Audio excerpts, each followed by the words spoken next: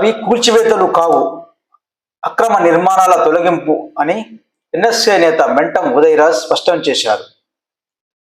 Godavarikhani LB నగర్లో శుక్రవారం ఉదయం Ramagundam municipal corporation town planning అధికారులు షాపింగ్ కాంప్లెక్స్లో అక్రమ నిర్మాణాలను కూల్చివేయగా దానిపై 11వ డివిజన్ కార్పొరేటర్ మార్కపూర్ సూర్య చేసిన ఆరోపణలపై ఎన్ఎస్ఏ నాయకులు ఉదయరాజ్ స్పందిస్తూ శనివారం అక్కడ ఫ్లెక్సీ ఏర్పాటు చేసి నిజమైన 12 మంది లబ్ధిదారుల పేర్లు రాయాలని డిమాండ్ చేశారు.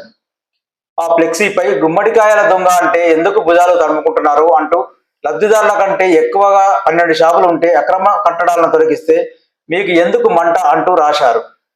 ఈ సందర్భంగా ఉదయరాజ్ మాట్లాడుతూ ఎల్బీ నగర్లో కడుతున్న షాపింగ్ కాంప్లెక్స్ లో ఎవరి పేరు మీద అయితే షటర్లు కడుతున్నారో వారికే తెలియని వైనం ఉందన్నారు. ఒక్కో 10x12 సైజు షట్టర్ షాప్కు 3,20,000 రూపాయలు, మొత్తం 12 షాపులకు 38,48,000 రూపాయలు వసూలు చేశారని ఆరోపించారు. కానీ ఎల్బీ నగర్లో 12 షాపులు నిర్మాణానికి ప్రయత్నించగా అందులో దళాళ్ల దుకాణాలను మాత్రమే కూల్చేశారని, బాధితులు ఎవరు కూడా అక్రమ నిర్మాణాలను తొలగించే సమయంలో అడ్డుకోలేదని మెంటం ఉదయరాజ్ ధ్వజమెత్తారు. ఎవరి దగ్గర నుండి అయితే అడ్వాన్స్ తీసుకొని పని ప్రారంభించారో వారిలో నుండి ఆ 12 మంది లబ్ధిదారుల పేర్లు ఫ్లెక్సీపై రాయాలని కాంగ్రెస్ నేతలు ఉదయరాజ్, ఎల్లేష్, సుమంత్ తదితరులు డిమాండ్ చేశారు.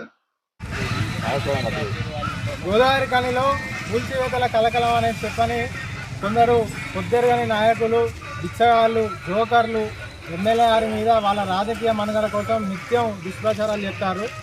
వాళ్ళకి ప్రత్యేకంగా మా ఎల్బీ నగర్కి సంబంధించినటువంటి విషయం ఒకటి ప్రజలకు వాస్తవాలు తెలియద్దామని ఈరోజు మీడియా ముందుకు రావడం జరిగింది. నిన్న జరిగినటువంటి ఒక హై డ్రామాలో 12 షాపులు గులగొట్టిరని చెప్పని ఒక జోకరిగా మాట్లాడుతాడు. ఇక్కడ న్యాయంగా ఉండాల్సినటువంటి 6 షాపులు ఇక్కడనే ఉన్నాయి, అక్రమంగా కట్టినటువంటి 6 మాత్రమే వాళ్ళు తొలగించారు. ఇందులో వినాయకుని మండపానికి ఎటువంటి సంబంధం లేదు.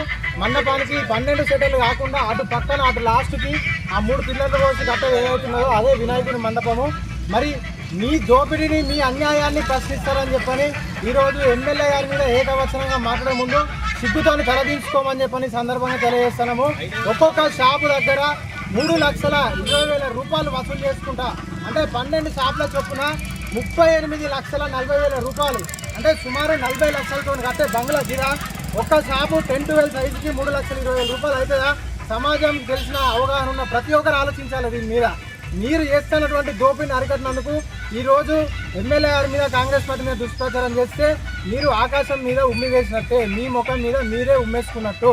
ఈడ న్యాయంగా ఎవరికైతే షాపులు రావాలో వాళ్ళు అట్లనే ఉన్నారు. నిన్న అక్కడ ఊడగొట్టేటప్పుడు మీరే అతి ఉత్సాహం ఉన్నది, కానీ ఏ ఒక్క బాధితుడు కూడా ఆడికి వచ్చి నా షాపు పోతుందని మాట్లాడలేదు.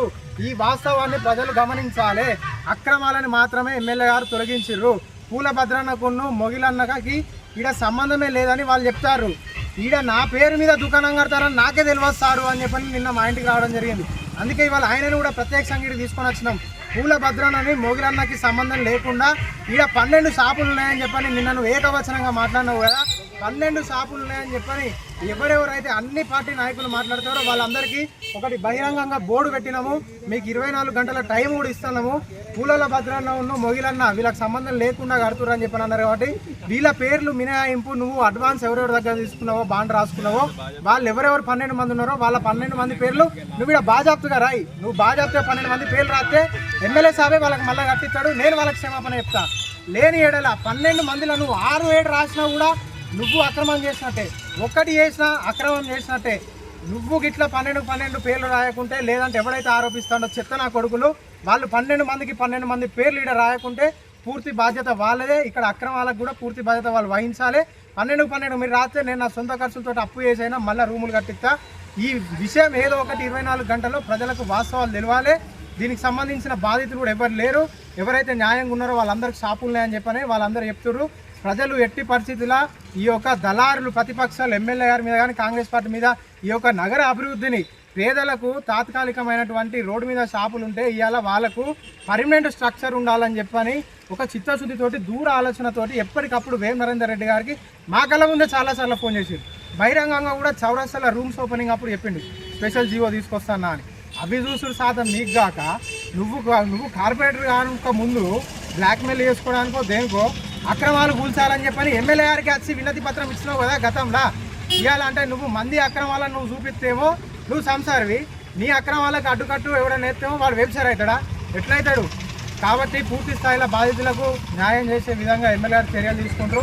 అసత్యమైనటువంటి ఆరోపణలను ప్రజలు నమ్మవద్దు అని ఈ సందర్భంగా వాళ్ళందరినీ విజ్ఞప్తి చేస్తున్నారు.